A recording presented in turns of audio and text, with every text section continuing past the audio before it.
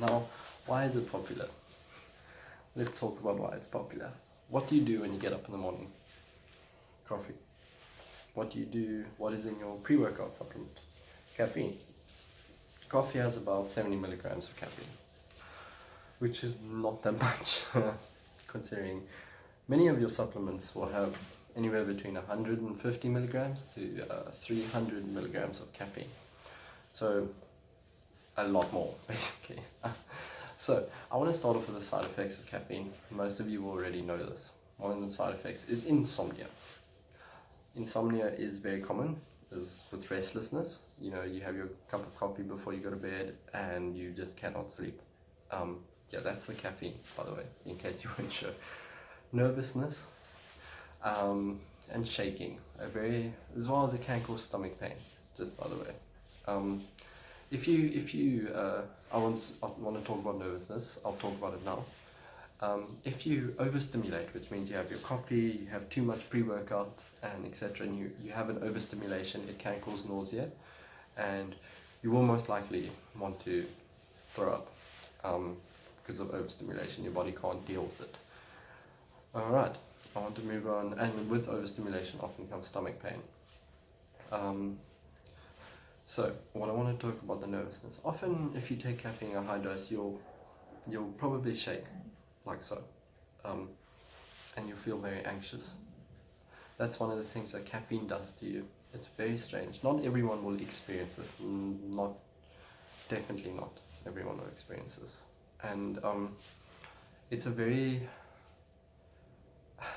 you have to sort of gauge your tolerance to caffeine. Some people will be very tolerant to caffeine because of they've had it their whole life. Alright, so now I want to go on to what caffeine is used for and how it benefits you. Caffeine is used as a stimulant and is often combined with other stimulants such as beta-alanine, which I will talk about I think next, and DMAA, which is a big topic on this one. What I want to talk to you about is DMAA, because it's illegal, but it's like illegal but not illegal. I'll explain soon. So caffeine is one of the most effective stimulants, and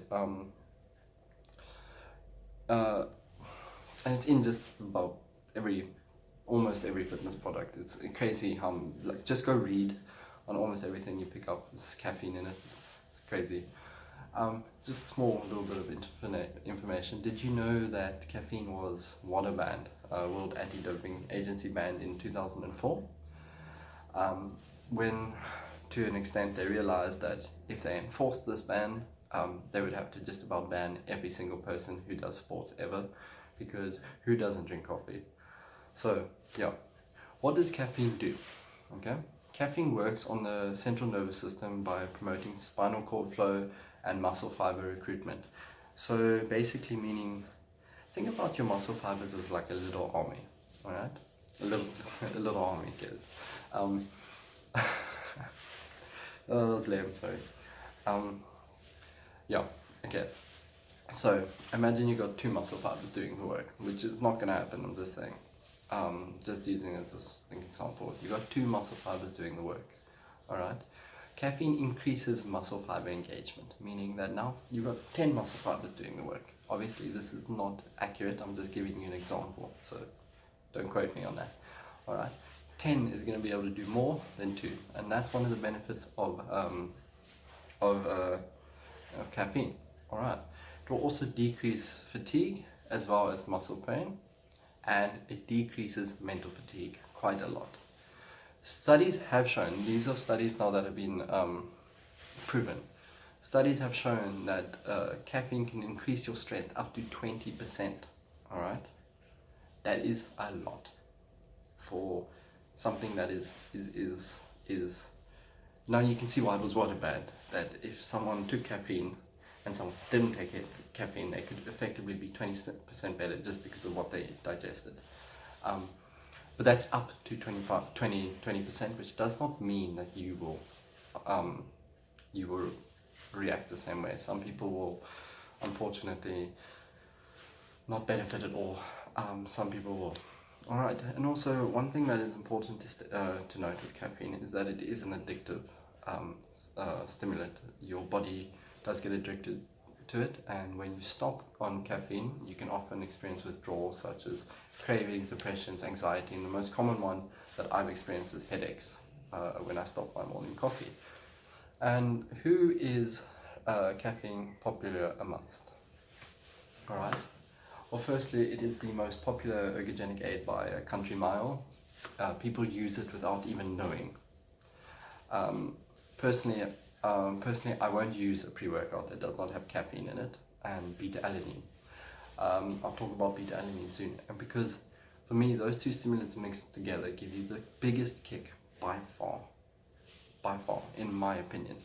And I've done a lot of research on it. I've asked other nutritional professionals, and they also agree that, well, some of them obviously don't like stimulants, but they agree that those two combinations are probably one of the most, what would the word I'm looking for, energy mix that you can get.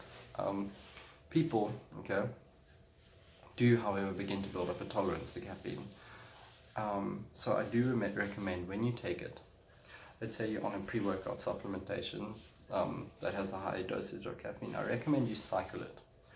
Meaning you take it for 4 weeks and then you rest between 2 to 4 weeks where you're not taking that supplement with the caffeine in it. And because I personally I feel that you will benefit more than just taking it constantly, as it will also give your body time to break off of the stimulants, which is obviously very good for you. Alright, now I want to talk to you about beta-alanine. What is beta-alanine? Okay.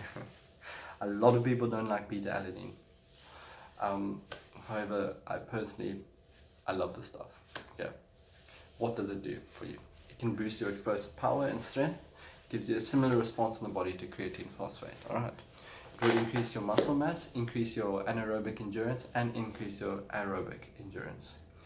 Decrease your fatigue rating, and it is also an important thing is that it is an amino acid, but it's a non-essential amino acid, meaning you don't really need it.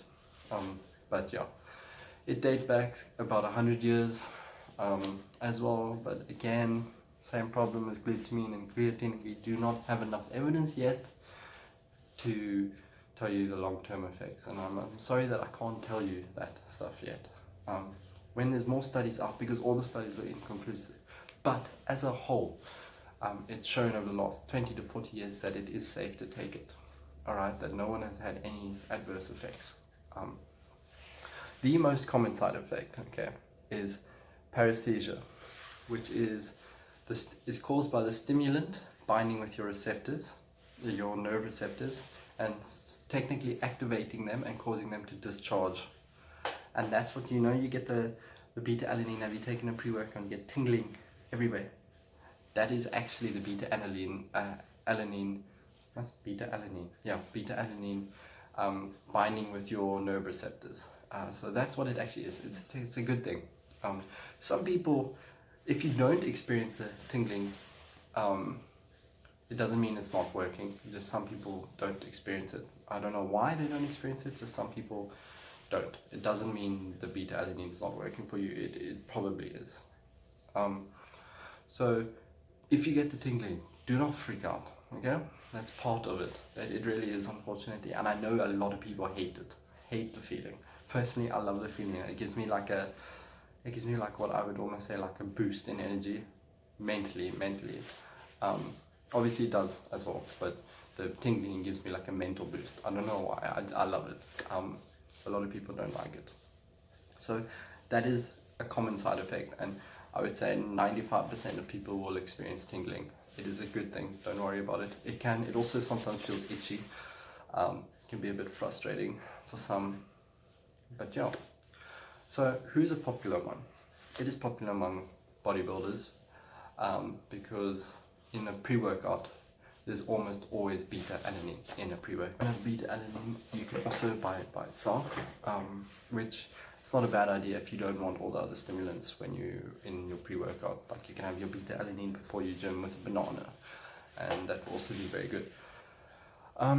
So it's very popular amongst athletes and bodybuilders, like I said, but it's not very popular among your everyday gym rats, because they don't like the tingling feeling they get, as well as they don't actually know much about it.